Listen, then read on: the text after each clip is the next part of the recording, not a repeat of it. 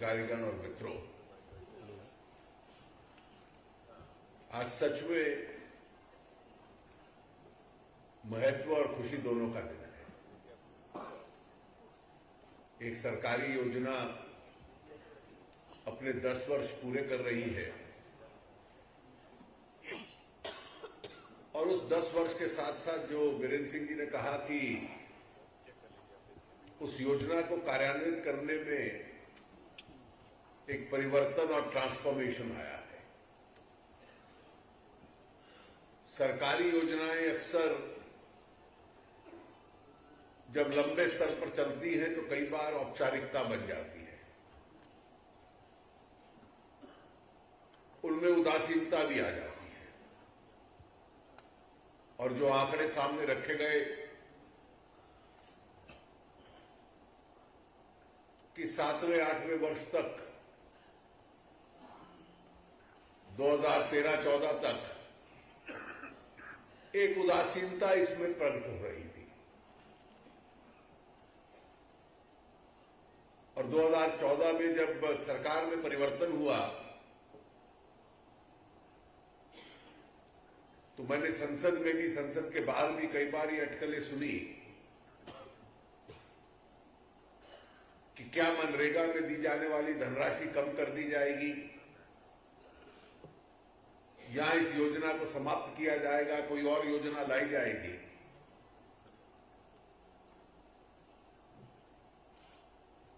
लेकिन नई सरकार ने केवल योजना को आगे ही नहीं बढ़ाया, लेकिन इस योजना के तहत दी जाने वाली जो धन संख्या थी उसमें भी वृद्धि की और सबसे प्रमुख यह है कि केवल प्रावधान कर देना और बाद में उस प्रावधान को काटकर कम कर देना, ये नीति नहीं अपनाई जो पहले अपनाई जाती थी। शायद ये पहला वर्ष होगा जिसमें जो 34-35 हजार करोड़ रुपया दिया गया था वो केवल पूरा खर्च ही नहीं हुआ, उसके अतिरिक्त मनरेगा में शायद कुछ और साधन भी दे दिए जाए और ऐतिहासिक दृष्टि से भी वास्तविक व्यय जो होता है इस योजना में सबसे अधिक इस वर्ष में। इस देश की वित्तीय प्रणाली में एक परंपरा सी बन गई थी कि बजट जब पेश होता है तो लोग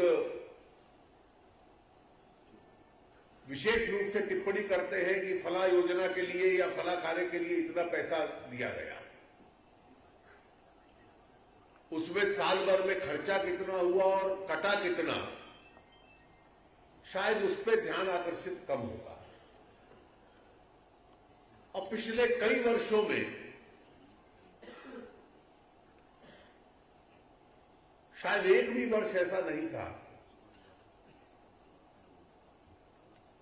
जहां जिसका प्रावधान बजट में किया गया हो उसकी एक बहुत बड़ी मात्रा काट न दी गई। और नवंबर-दिसंबर के महीने में एक पुराना अनुभव है कि वो काटने की प्रक्रिया आरंभ हो जाती थी और इस काटने का असर ये होता था कि खर्चा कम होता था और खर्चा जब विकास कार्य, वेतन तो आप काट नहीं सकते, सरकार का रेवेन्यू एक्सपेंडिचर काट नहीं सकते, तो जो विकास के लिए प्लान्ड एक्सपेंडिचर होता है कटौती उसी में होती थी। और जब वो कटौती होती थी तो स्वाभाविक है कि देश की विकास दर के ऊपर भी उसका एक असर पड़ता था। मुझे कहते हुए खुशी है कि केवल चौधरी वीरेंद्र सिंह जी का विभाग ही नहीं, ये पहला वर्ष होगा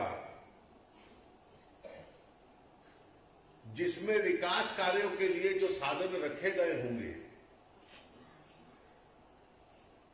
उनमें एक भी पैसे की कटौती नहीं होगी और जो प्रावधान किया गया था उससे अधिक खर्चा होगा।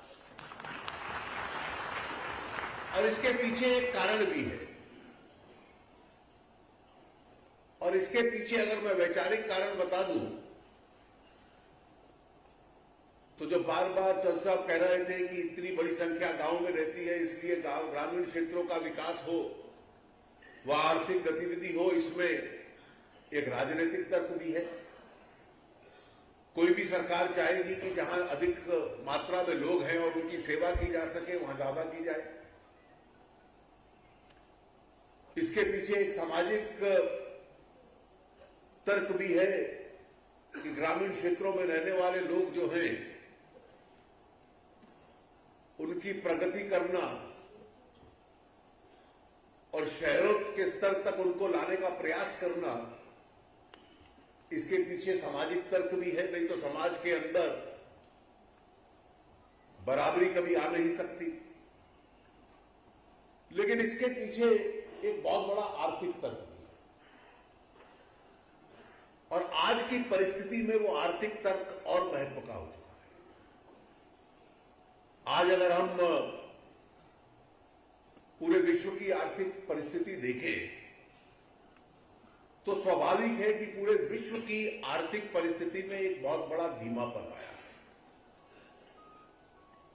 जिन अर्थव्यवस्थाओं की तुलना भारत के साथ की जाती थी, दक्षिण अफ्रीका,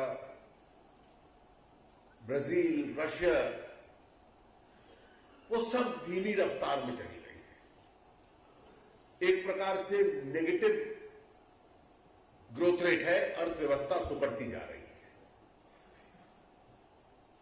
चाइना ने बहुत तेजी से प्रगति की 3 दशकों तक। आज वो भी कोई अपेक्षा भी नहीं करता था कि अंतकाल तक वो 10% पे बढ़ेंगे। वहां भी धीमापन आया है जिसका पूरे विश्व के अंदर भी एक प्रभाव है। पिछले कई वर्षों से हम सुनते हैं कि अमेरिका की अर्थव्यवस्था और मजबूत होने वाली है, लेकिन 2 क्वार्टर बढ़ती है और फिर धीमी होती है। इस परिस्थिति में भारत दुनिया के एकमात्र देशों में से ऐसा है जो जूझ रहा है और 7% से अधिक, 7-7.5% की प्रगति के ऊपर अर्थव्यवस्था हमारी बढ़ती है। लेकिन इसको आगे बढ़ाने में किस किस क्षेत्र का योगदान अधिक है? निजी क्षेत्र इस वक्त बहुत बड़ा योगदान नहीं कर पा रहा। 2 साल तक बरसात ने भी इस देश का साथ नहीं दिया और इसलिए ग्रामीण क्षेत्रों में भी उसका एक स्वाभाविक असर है। और उसका एक असर होता है कि केवल पैदावार ही कम नहीं होती, ग्रामीण क्षेत्रों में रहने वालों की जो खरीदारी करने की क्षमता होती है वो भी अपने आप में कमजोर पड़ जाती है और उसका असर हमें देखने को मिल रहा है। और इस परिस्थिति में सरकार को आगे आना आवश्यक होता है और सरकार अपना खर्चा बढ़ाए और व्यय बढ़ाए। तो आज इस देश में सरकारी खर्चा और विशेष रूप से जो विकास के ऊपर सरकारी खर्चा हो रहा है उसकी गति काफी बड़ी है। विदेशों से जो निवेश इस देश में आता था, क्योंकि दुनिया में सबसे तेज गति से बढ़ने वाली हम अर्थव्यवस्था हैं, तो उसकी भी गति काफी बढ़ी है। शहरों में खरीदारी करने की क्षमता बढ़ी है, इसलिए अर्बन डिमांड अपने आप में बढ़ी है। लेकिन इसके साथ साथ और प्रगति करनी है तो एक तरफ विश्व का धीमापन, जिसकी वजह से हमारा एक्सपोर्ट भी थोड़ा कमजोर हुआ है, खरीदारों के पास पैसा नहीं है। लेकिन ग्रामीण क्षेत्रों की क्षमता हम लोग बढ़ा पाए, ये एक कारण ऐसा है जो अपने हाथ में है। तेल की कीमत दुनिया में किस दिशा में जाएगी, कमोडिटीज और मिनरल की, खाद्यान्न की खदानों की किस दिशा में जाएगी, इसके ऊपर शायद भारत का नियंत्रण नहीं है। विश्व का धीमापन, इस पे भारत का नियंत्रण नहीं है। लेकिन देश में विकास को खींचने के लिए एक इंजन और जुड़ जाए, उसमें एक क्षमता हमारे हाथ में है कि देश के अंदर जो ग्रामीण क्षेत्रों की स्थिति है उसको हम लोग सुधार पाए। और इसलिए इसके कई तंत्र और कई तरीके राज्य सरकारों के पास, केंद्र सरकारों के पास है। ग्रामीण सड़कों के ऊपर खर्चना, रूरल इलेक्ट्रिफिकेशन के ऊपर खर्चना, और इसलिए वाजपेयी जी के समय में ग्रामीण सड़कों का कार्यक्रम आरंभ हुआ, उसको और तेजी से आगे बढ़ाना, ये एक तरीका है गांव के अंदर साधन देने का। आज भी 18,000 गांव ऐसे हैं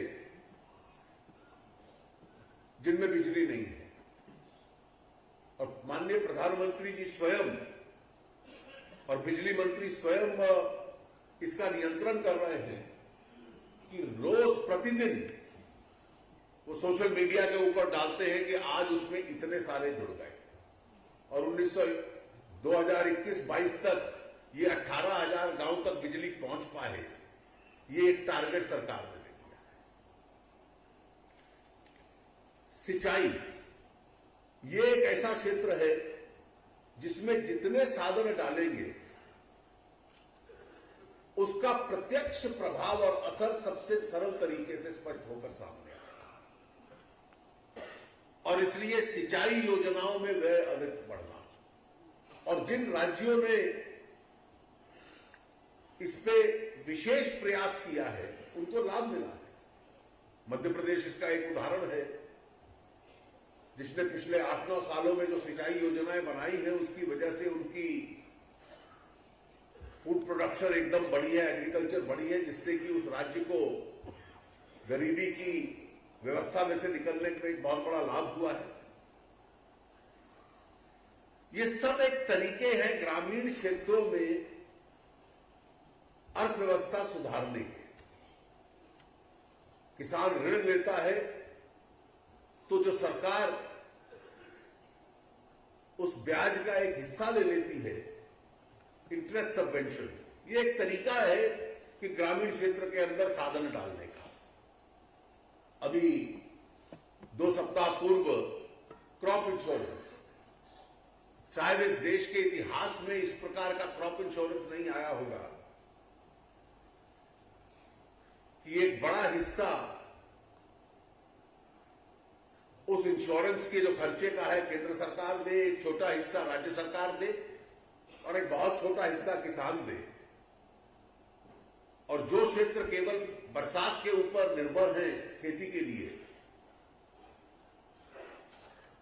वहां आपको बीमे की सुविधा सरल तरीके से उपलब्ध हो जाए, कम खर्चे के ऊपर।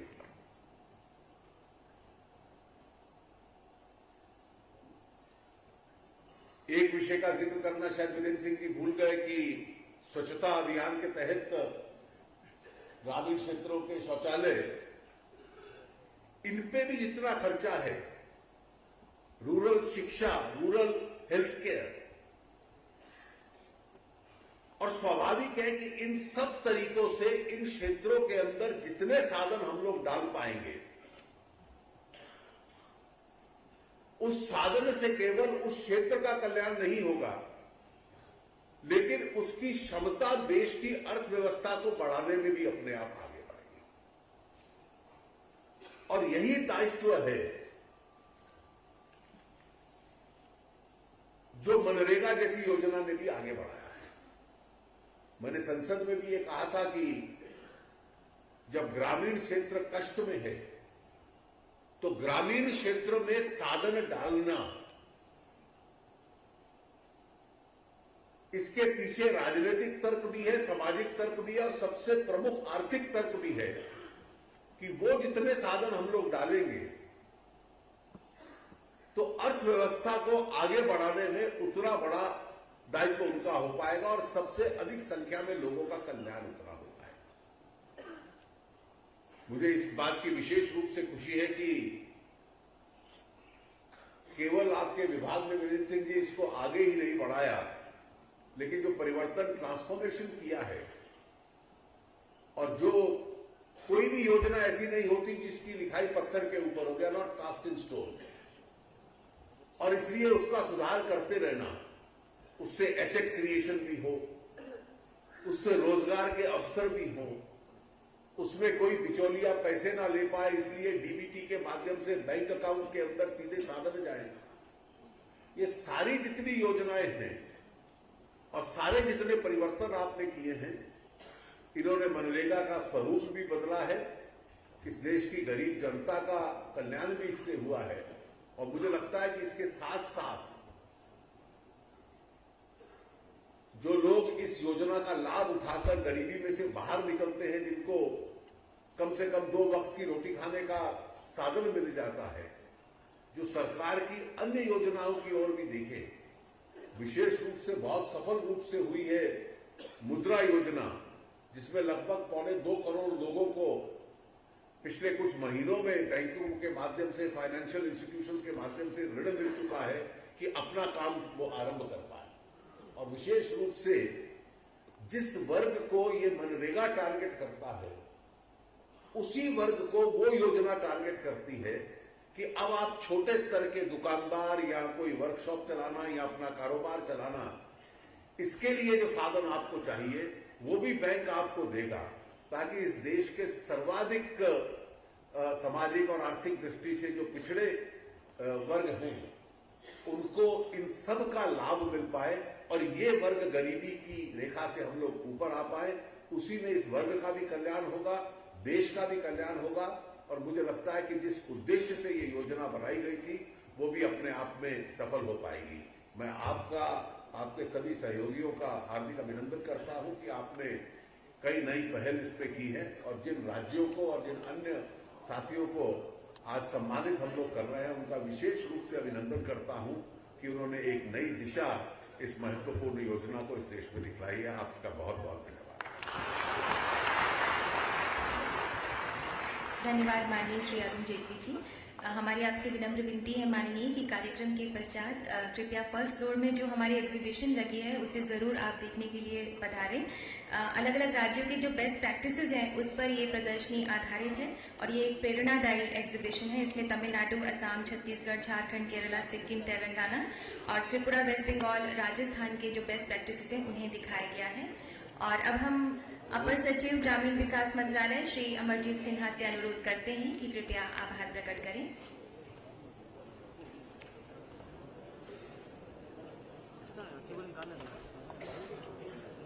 आदरणीय वित्त मंत्री अरुण जेटली जी, आदरणीय ग्रामीण विकास मंत्री चौधरी वीरेंद्र सिंह जी, आदरणीय राज्य मंत्रीगण, राज्यों से आए हुए पुरस्कार पाने वाले प्रतिनिधिगण, सहकर्मीगण, मीडिया के प्रतिनिधि, देवियों और सज्जनों,